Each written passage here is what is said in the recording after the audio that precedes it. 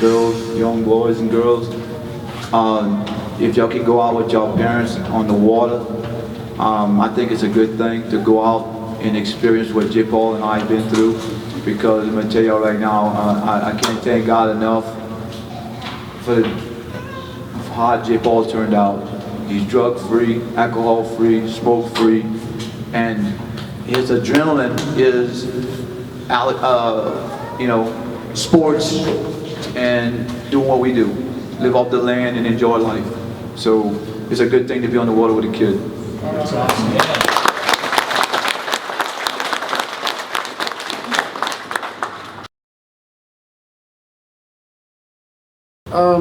We kind of, from the get-go, we told him, as long as they don't get in our way, we'll agree to finish the show. But don't get me wrong, it just makes you stay a little bit longer.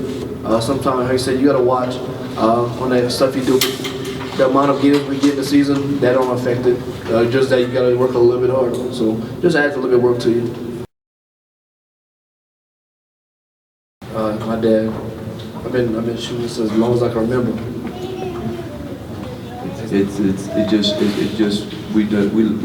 Everything that we learn off people, we pass it down. And like my dad passed everything down, but his dad passed it to him. My dad taught me. Now I'm teaching him. And that's true. But my mom's the one who taught me how to fish alligators. Yeah, my mom's the one. My mom and dad split up, and it's a long story, but we're not gonna go there. We was out at a camp, and alligators season opened in 1979, reopened in 1979, and the man she was with didn't know how to fish gators. So he was a Cajun. Yeah, he was a Cajun, and she was, he didn't know what to do. So she said, look, when we were younger, we were taught in the 40s, I guess, we were taught how to do it. And she said, if you want to learn, if you want me to teach you, I'll show you. While she was showing him, I was learning also. So I got to thank my mom for where I'm at today.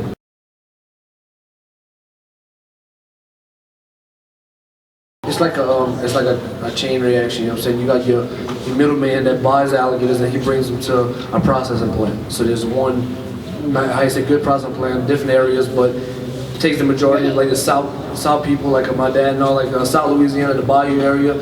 There's one processing plant that does a lot of stuff, but there's different locations where you bring your gators to and you sell them to them, and they take them and they go process them. And nothing, I like to explain to everybody, nothing on an alligator is wasted. I mean, talking about from his teeth to his tail, nothing, everything goes to use, from the meat, hide, claws, back scratches, you name it, they make it. The bones on his back, jewelry, you name it, it's getting made. Even medicine is getting made from alligator.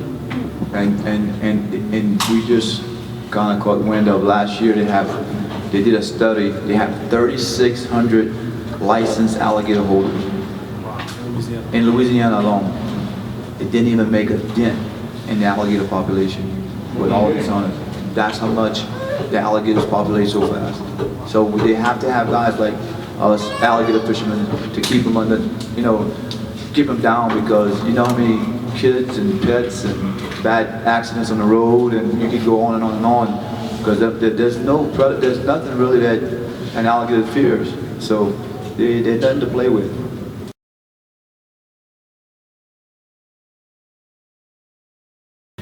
We don't weigh them as much, but really don't have no scales to go up on it. We take too much, but between 1,000 and 1,300 pounds. How long was it? 13.6. But the biggest one we caught was 13.11.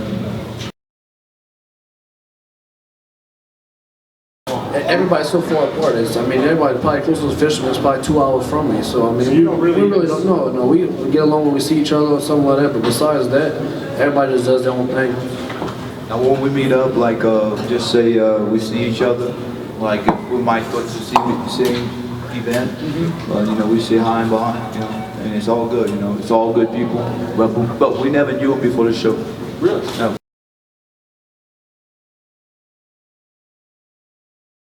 Yeah, we can't speak about that. You wonder why the gators get so big.